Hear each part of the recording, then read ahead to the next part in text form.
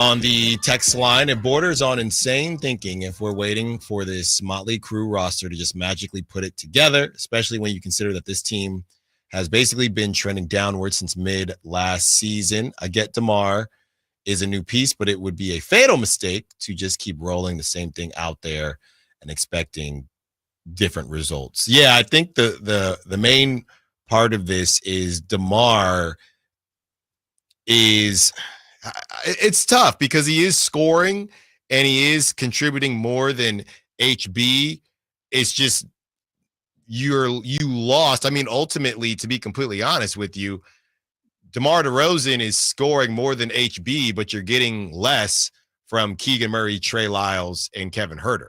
So I do think that there is a world where we're not really seeing DeMar and his increase in production over HB actually do anything because you're getting less from the rest of the roster. So it's just a big Sabonis, De'Aaron Fox, and DeMar DeRozan fest every single game, and Malik Monk, and that's simply not enough because you're getting zero. I mean, you're just not getting much.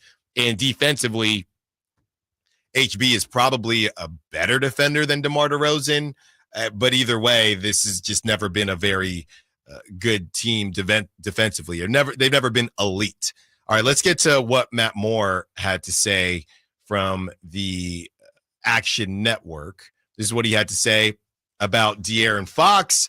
Rival executives are monitoring De'Aaron Fox's situation in Sacramento. Last month, De'Aaron Fox turned down an $165 million extension. The assumption was that this was about next summer's financial opportunity for Fox and nothing to worry about. Other executives aren't so sure, and they're ready to pounce.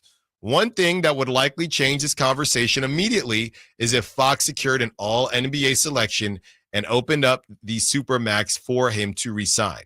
That's absolutely on the table for a player averaging 28, 5, and 6 with room to improve his efficiency. If he doesn't, however, and the Kings season goes sideways, things are going to get hot. Fox is represented by Clutch Sports, which means there's always drama around the corner.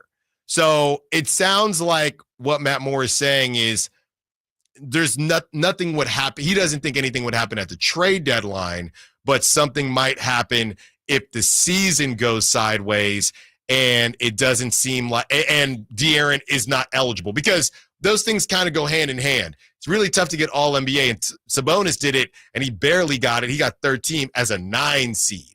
So that's a situation where I think it's the toughest situation for De'Aaron.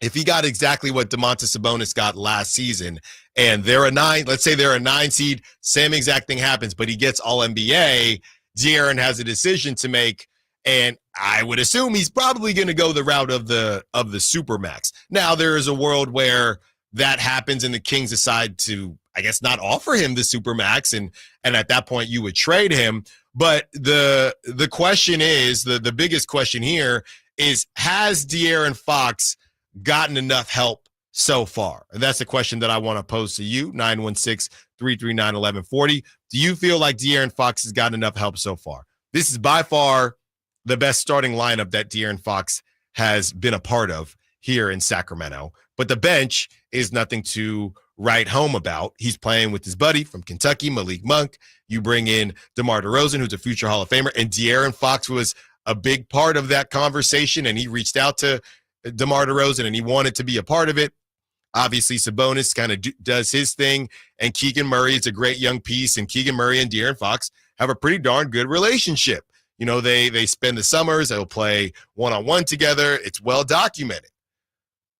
So obviously, this is the most help that De'Aaron has ever gotten, and this is the best that De'Aaron has ever played, to add on to that as well.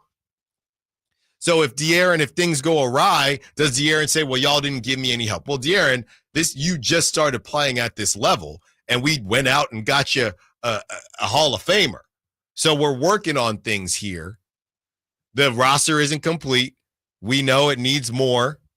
But I would say that Monty McNair, as far as the timeline with De'Aaron Fox, has has done things appropriately. The only argument I think that would be out there's two arguments. The first argument is that they should have done something last season, which is what we've seen with the Minnesota Timberwolves, Dallas Mavericks. They don't care that they made the playoffs last season.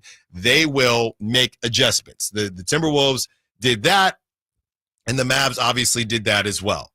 So you could be even more aggressive, or the other side is you get somebody else other than DeMar DeRozan. And we don't know how that conversation went with the front office and De'Aaron. Hey, we're looking to grab somebody.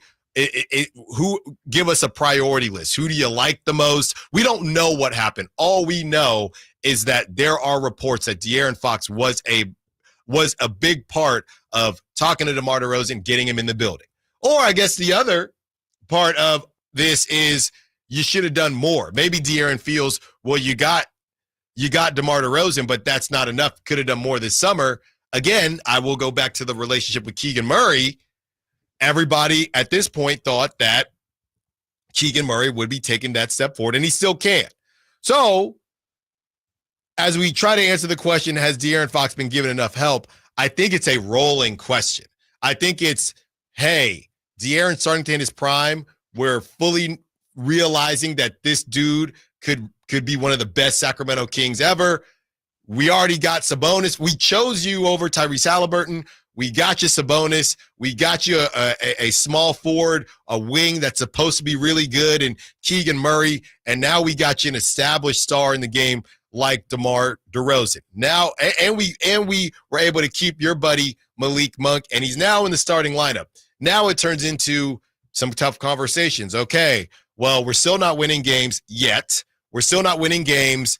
How much time do we give Keegan Murray? De'Aaron, hey, I love Keegan. But if you want us to make this roster better, Kevin Huerter, Trey Lyles, that could help. I don't know if that's going to be enough.